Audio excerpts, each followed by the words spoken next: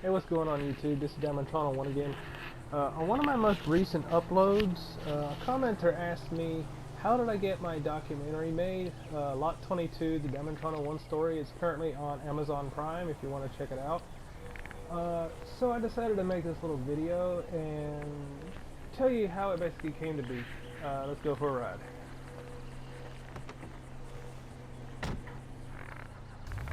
Okay, so last year, sometime around early 2019, I believe, I get a comment, or more of a message, in Facebook. And this girl, she says, oh wow, you know, it's you. I can't believe it's really you and everything. I'm like, okay, who am I supposed to be? And so she sends me a clip of the TV that she's watching, and she's watching one of my videos. It's the Poor Man Stew video on my channel. And I'm like, oh, that's kind of embarrassing, but, you know, thanks for watching. And she invites me to, I cannot make this up, a fan group that, basically of people who have seen my videos, and they're like, oh, you know, this guy's funny, he's cool, you know, I like his videos and everything like that. So I'm like, oh, that's cool. So I joined the group, and we all talk, and they want to get to know me. So I'm like, okay, what do you want to know? I mean, ask me a question. I don't mind telling people about myself if they want to know.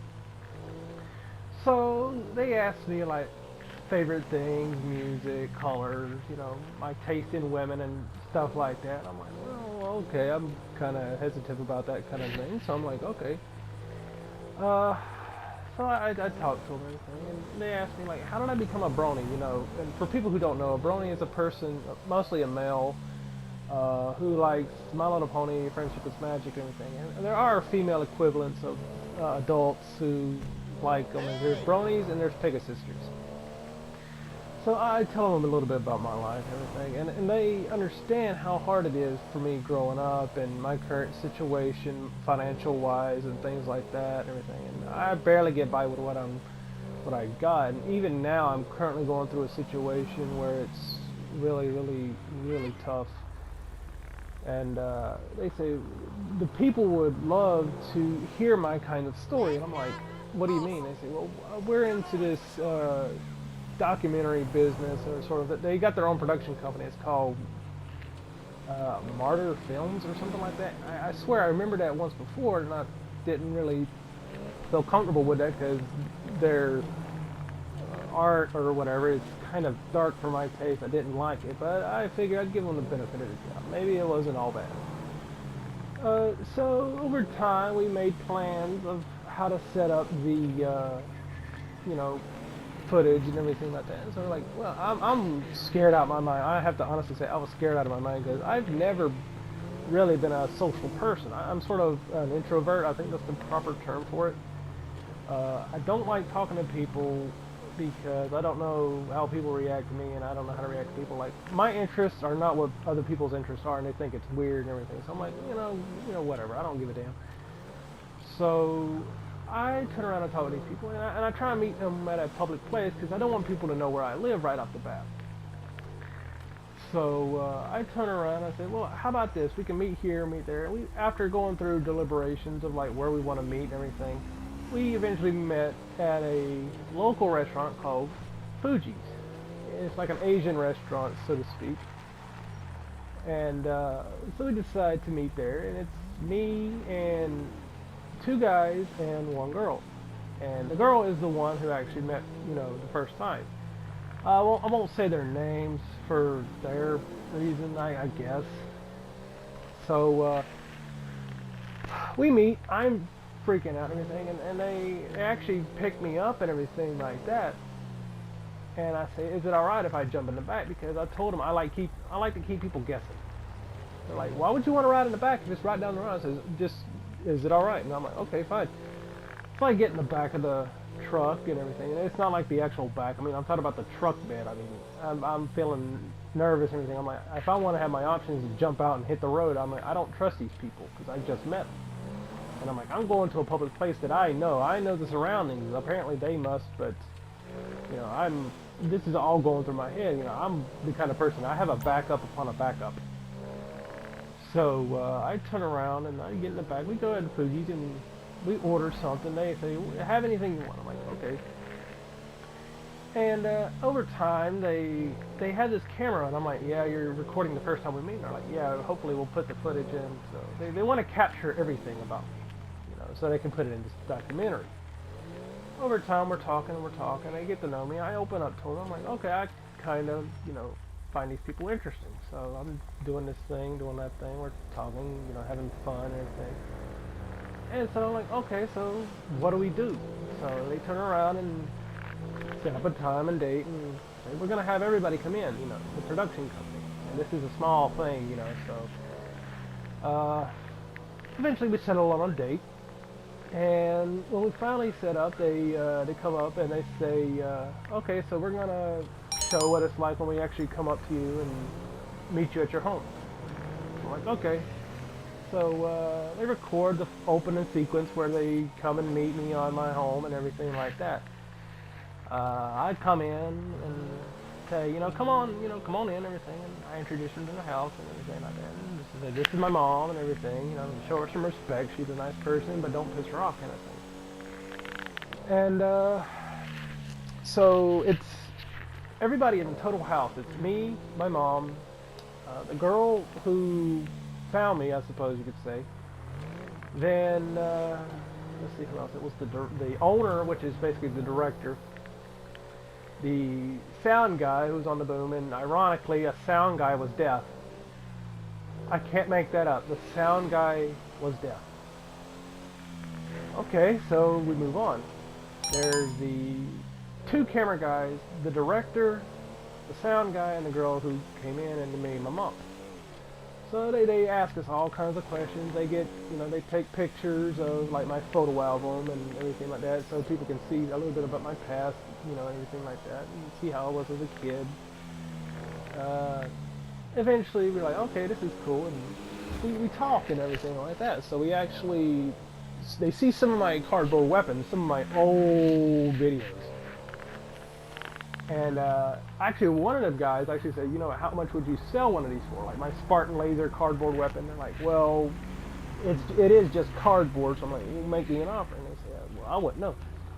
And I told them the cardboard Spartan laser took me a long time to get right. So I'd have to ask for, a high price. But I said, no one's going to buy it for the price, like 20, 50 bucks. Because it did take a long time and a lot of resources to get done.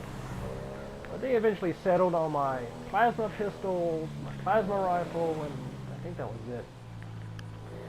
So we settled on the second day and everything like that. And the second time they actually came out was a couple weeks after.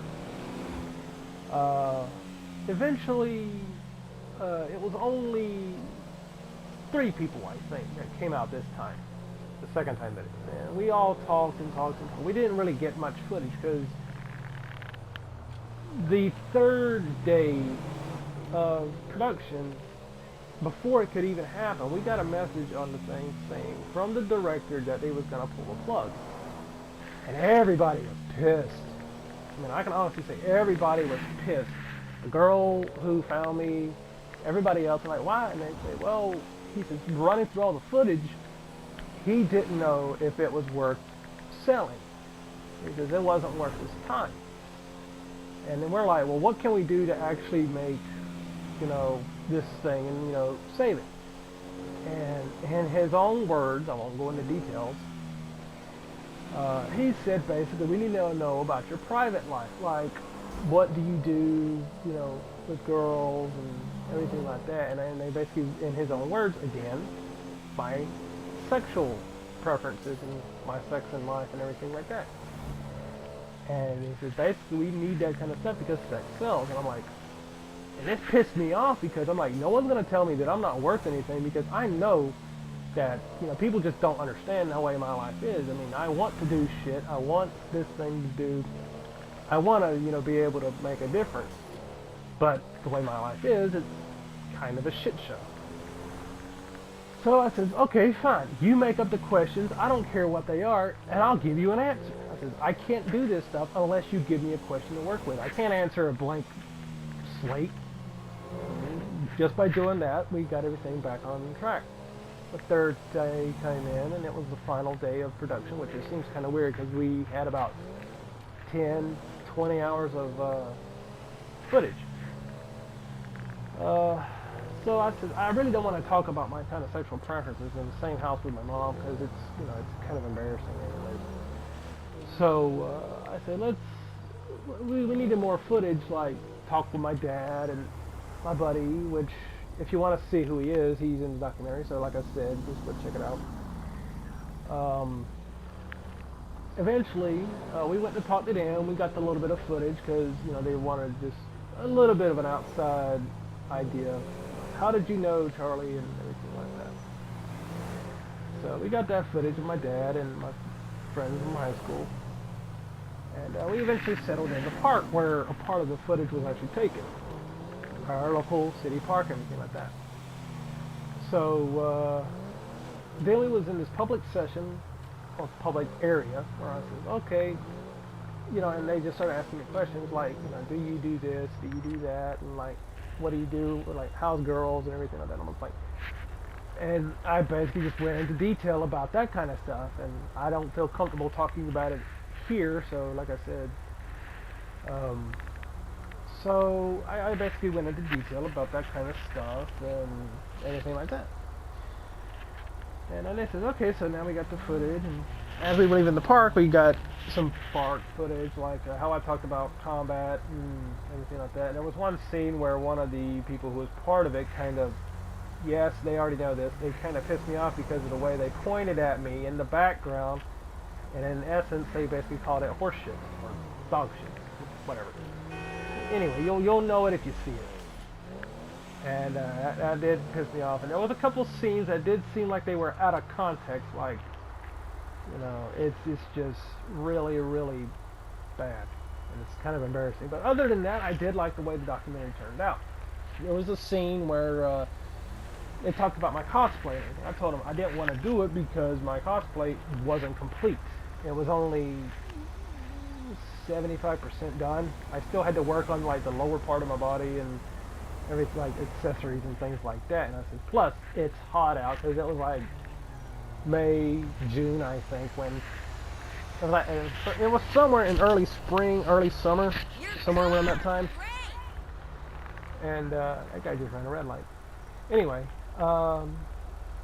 so basically the cosplay section I wasn't a fan of, and talking about my sexual preferences I wasn't comfortable of because these people are still a production company and I didn't want to talk about it.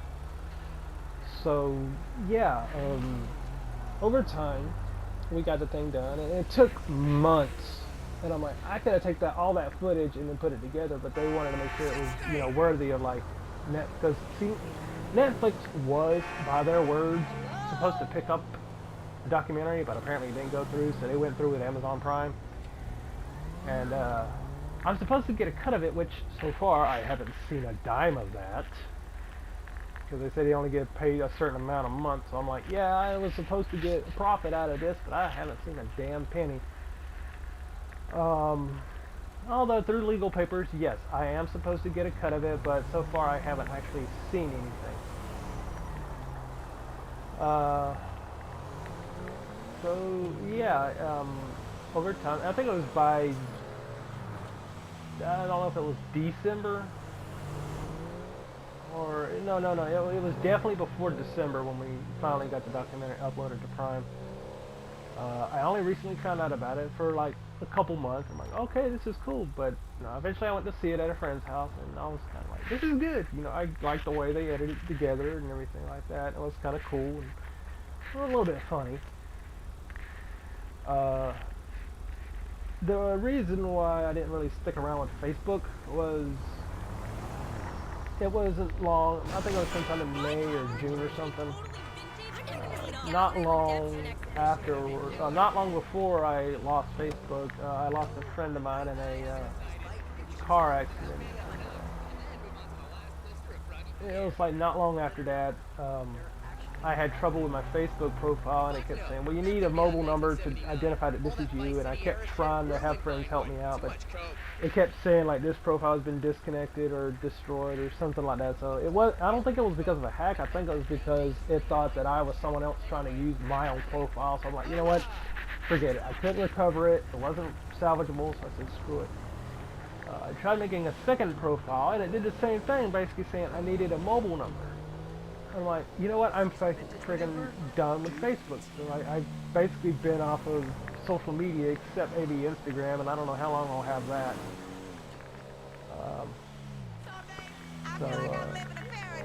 Over time, yeah, I eventually saw the documentary and everything. I thought it was fun, and it was actually fun meeting these people. I mean, at one point I did have a bit of a crush on the girl who basically said she found me and everything like that, but over time, yeah, she kind of, well, I don't want to get into that either way. Something just happened, and then that was it. So yeah, for people who want to know how the documentary was made, that's basically as much information I'm able to give. So yeah, that's basically it.